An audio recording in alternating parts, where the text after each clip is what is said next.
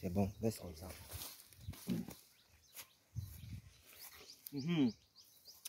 Bonjour chers fidèles abonnés. Je suis Dylan Fonko, agripreneur, entrepreneur agropastoral. Et aujourd'hui, nous sommes dans un champ de pastèques de 4 hectares d'un paysan. Je tiens déjà à féliciter tous les paysans qui se donnent à fond dans l'activité agricole. Parce que quand nous parcourons les exploitations, on essaie de voir le travail que les gens abattent. Vraiment, nous sommes très heureux. Malgré les petits moyens dont ils disposent, ils se donnent à fond pour avoir le meilleur résultat possible. Mais bon, ces vidéos-ci sont faites pour des personnes là qui n'ont pas, par exemple, certaines techniques agricoles. À travers ces vidéos que nous faisons au quotidien, on espère qu'ils pourront résoudre certains problèmes. Aujourd'hui, nous allons attaquer le problème de ce paysan qui rencontre des séries de difficultés dans son champ de maïs, de manioc et de pastèque. Il nous dit que très sucré. Il nous dit que dans son champ ici présent, les hérissons mangent sa pastèque. Non seulement les hérissons coupent les tiges de maïs, mais mangent ses pastèques. Alors, je vais lui donner la solution, et vous aussi, la solution pour tuer les hérissons dans votre champ. Les chasser aussi, pas seulement les hérissons, tuer les ravageurs comme les criquets, les hérissons, etc. Ça, c'est un secret de polychimène que je vais vous donner là.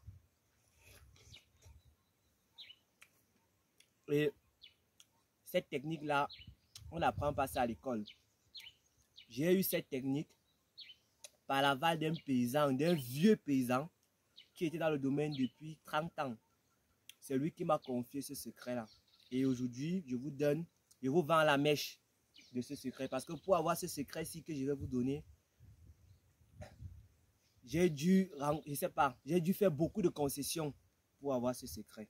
Alors, pour chasser les hérissons dans votre champ, il vous faut, je peux dire, 3 produits ou 3 choses qu'il vous faut dans votre champ. Première chose, il faut vous acheter le riz. Du riz, vous faites un bon riz sauté. Un riz sauté comme vous-même vous allez manger. Un riz sauté bien parfumé, très bon, que vous faites.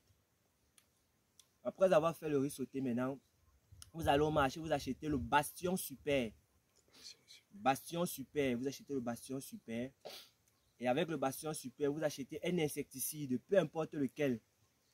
Vous allez faire le choix de cet insecticide-là.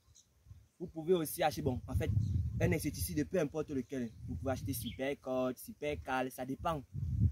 Lorsque vous achetez ces 2 produits-là, vous trempez le Bastion Super.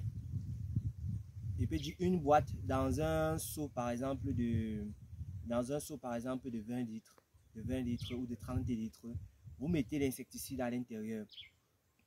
Vous laissez le Bastion Super dormir. Le lendemain, vous prenez votre insecticide et vous mettez à l'intérieur. Votre boîte, ça peut être entre 30 à 40 litres. Donc pour une boîte, vous mettez à l'intérieur. Et ensuite, vous tournez bien. Après avoir tourné maintenant, vous prenez votre riz, votre marmite de riz, que vous versez à l'intérieur de la solution. Vous mélangez jusqu'à ce que les 2 produits donnent une composition homogène. Le riz et la bouillie. Lorsque ça donne une composition homogène, vous venez à l'intérieur de votre champ. Vous faites des petits, sous forme de tas, vous ramassez sous forme de tas, vous posez dans les extrémités de votre champ, un peu partout dans votre champ. Vous portez, donc en fonction de votre superficie, vous pouvez augmenter les doses. Vous portez, vous faites des petits pots dans votre champ, vous marchez, vous posez. Ce qui va se passer, il y a 2 choses qui vont se passer. C'est d'abord très toxique. Ça va dégager une odeur qui va tuer les criquets partout dans votre champ. Ça va tuer les criquets, ça peut tuer aussi d'autres insectes qui ne vont pas supporter la forte odeur.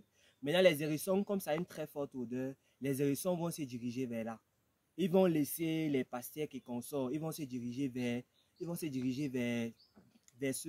substrat que je peux appeler, ce substrat là. Il va se diriger vers là et lorsqu'il va manger ça, il n'aura même pas 15 minutes à vivre. Il n'aura même pas 15 minutes à vivre. Et là, ce qu'il va manger, ça sera une forme de poison dans son ventre. Il va mourir. Vous allez revenir au matin, voir un peu les hérissons qui ont fait le tour. Pas seulement les hérissons, et tous les rongeurs, les rats, les porcs qui piquent et consorts dans votre champ. Tous ceux qui auront eu à manger ce produit-là. Ou au cas contraire, il y a encore une autre technique que je vais vous donner. C'est-à-dire qu'aujourd'hui, on va démystifier le problème de rongeurs dans le champ. Là, c'était la première technique. La deuxième technique est la suivante. Vous creusez un trou de 1 mètre ou 2 mètres dans votre champ. Vous faites la même bouillie que vous avez, le même substrat que j'ai parlé, j'ai donné précédemment là. Vous faites ce trou-là, vous versez le substrat à l'intérieur.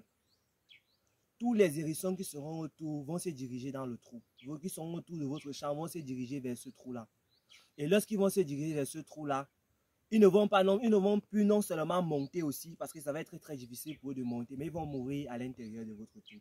Ça va vous empêcher le fait de chercher, etc., etc. Ou alors, pour d'autres, qu'est-ce qu'ils font?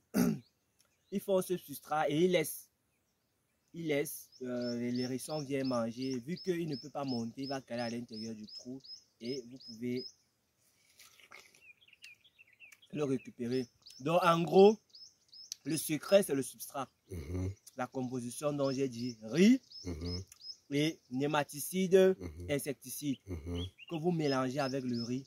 Et un bon riz sauté parce que le riz doit être très bien parfumé, très bon pour que les hérissons viennent par là. Donc, il doit être bien fait et vous mélangez et vous faites, vous épandez un peu dans votre champ et vous allez voir le résultat. Vous-même, vous allez me dire, ça ne va pas seulement tuer les hérissons, même les criquets, même tout, ça va les tuer.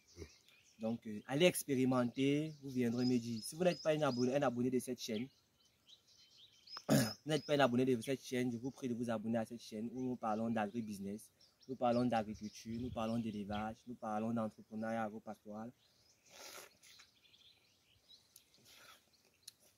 Portez-vous bien et passez un très bon week-end. Arrête.